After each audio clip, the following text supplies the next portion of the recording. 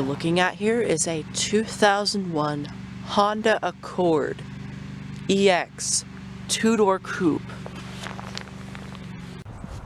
This generation of Honda Accord ran from 1998 through 2002 and was replaced by the 7th generation in 2003.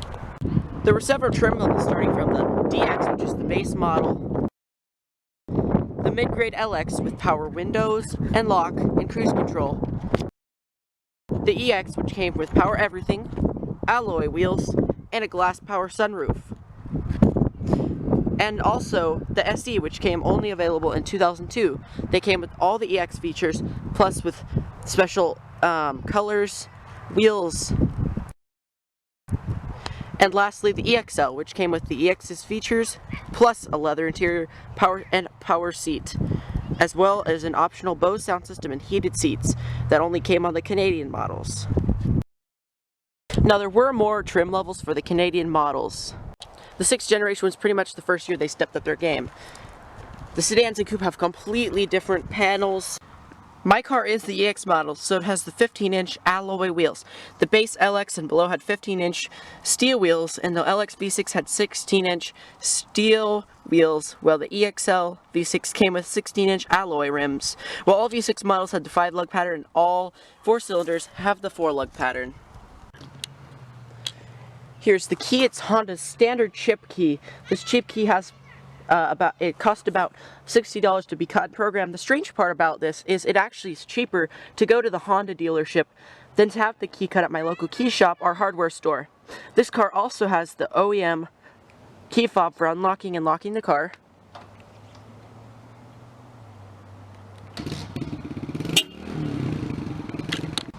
This car also has the feature of unlocking the trunk remotely.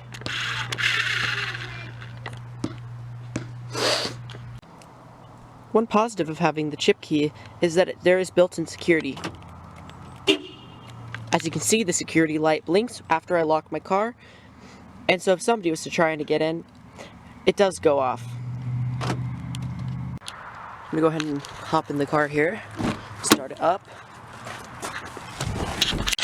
Go ahead and get the key in here. That is the chime for when the doors open. Let's let you know your key's in ignition, obviously.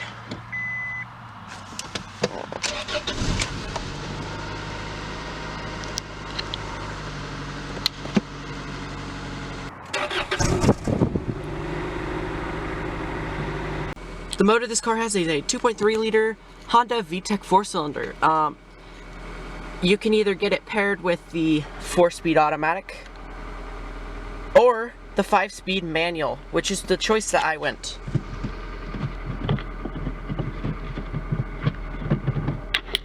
This car is also available in Honda's 3-liter V6, paired to a 4-speed automatic only. Another problem with these cars is the automatic transmissions. They would always fail and start to slip at about 80,000 miles. Now I want to confirm, not every car had this problem. There of course is some cars where this didn't have this problem, so yeah. Some have even gotten 250k out of the transmission. Fortunately, most of this Hondas really did suffer from this problem. My parents' 2004 Odyssey did suffer from that problem, and our transmission went out about 185, and it's at 217,000 right now. And it's going out. It slipped today on me. Now it wasn't just the Accords, it was also the Acura TLs, CLs, RLs, the RSXs, Preludes even, Honda Preludes. So, also the Integras, so gotta be careful with that. Now do consider, if you have somebody that's gonna go look at the car, I recommend having somebody to go look at it with you. Under the hood, we've got Honda's 2.3 liter 4-cylinder, like I mentioned before. This is the F23A1 motor. This motor can also be found in the 1998 through 99 Acura 2.3 CL.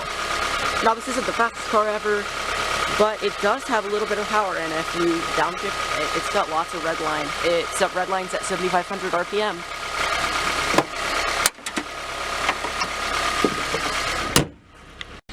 The interior color is called Ivory. It's kind of a beige tan color. The driver's seat it's a cloth seat, and it has a partial power seat. Coupe also did come with sport headrests, and they only did come with that for the 01 and 02 model years. Here's the driver's door. There's tons of controls on here. Let's take a look at some. Up here you got the little security thing for locking the door, and it won't let you lock because the key is in the ignition and the car's running. There's a little puddle lamp here that's on all the time, which is pretty well when the door is open, but I like it because it helps people see you at night. Right here there's a nice little cubby and the speakers above it. Here you've got your power window controls. And you've got your power mirror controls, as well as the cancel for the window. So you can only function the driver's one. And the driver's window is auto down only. Right here you've got the cruise control switch. The light is burned out on mine, so it won't show that. Here is optional fog lights usually, but I don't have that. Sunroof controls. A vent here. You got the open and then cancel. And below there is a change drawer. The gauge cluster is super simple and it displays all the information. There's a trip computer A and B here. I currently have 152,166 miles on my car.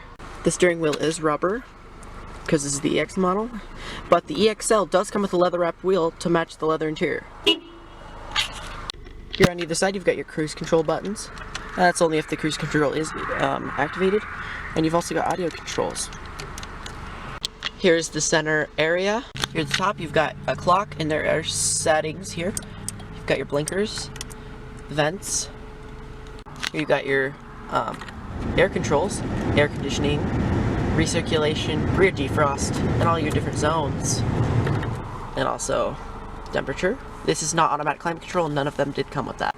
Here is the radio. This is an aftermarket Kenwood unit, touchscreen, works excellent, has Bluetooth. The factory speakers in this car were made by Panasonic, but I do have a full kicker system.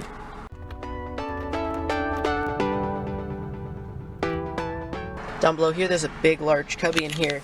You can see I've got an auxiliary port and USB because that's with my radio. Right here there's a 12-volt power outlet. Plug it in, see your outlet, what kind of thing. Here in the little pod in the dash there are tweeter speakers, and it does come factory. This car does come with dual airbags for driver and passenger, as well as side airbags on each side for the seats. Here's the shifter. It is fake stitched leather, but I believe it's vinyl or it's just plastic. It's got a little fake metal ring here. Right here you got dual cup holders, as well as the parking brake. Above there are sunshades that are activated only with the lights on. And you've got your center map lights. The EXL does come with a garage door link for your garage door and a sunglass holder, as well as these do have extensions, which is pretty cool. Here's the glove box. From the outside it does look small, but indeed it's very deep and holds a lot of stuff. The glove box is lockable as well.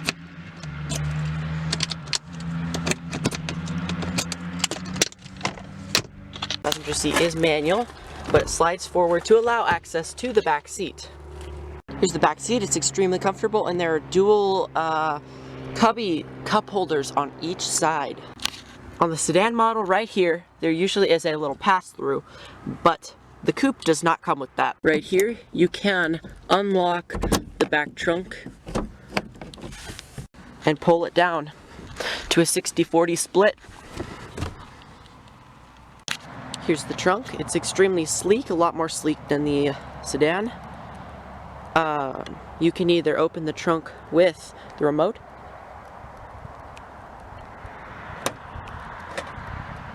with the key,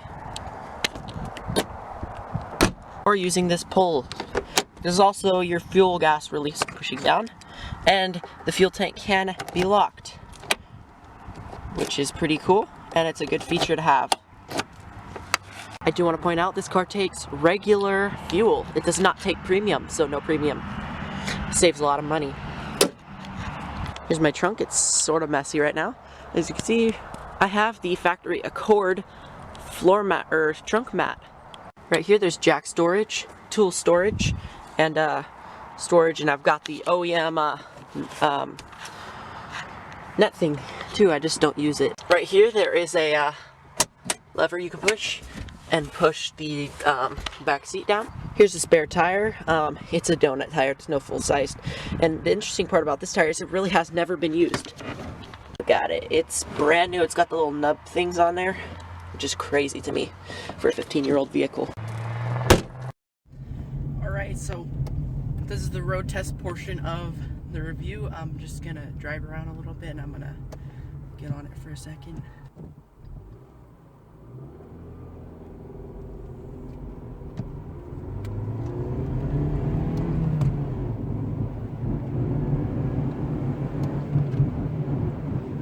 See, my version of the car is a 5-speed manual. Like I mentioned earlier, it drives super smooth on the highway, easy to shift. I really love this car. And also when you need to, it's got a lot of power. So I do have the roof open right now, so if you hear a little bit of noise, that's what that's gonna be. Like I mentioned, the clutch in this car is pretty much brand new, so it's super easy. Smoothing, smooth shifting.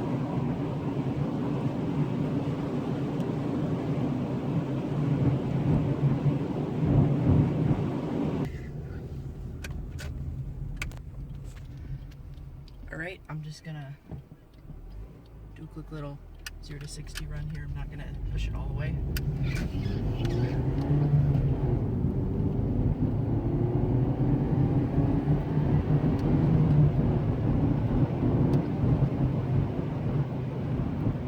Didn't quite get there.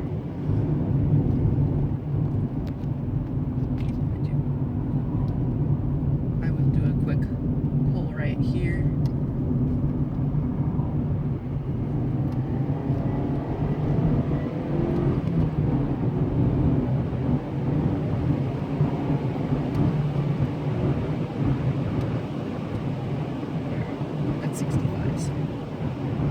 This car is pretty quick with the 5-speed.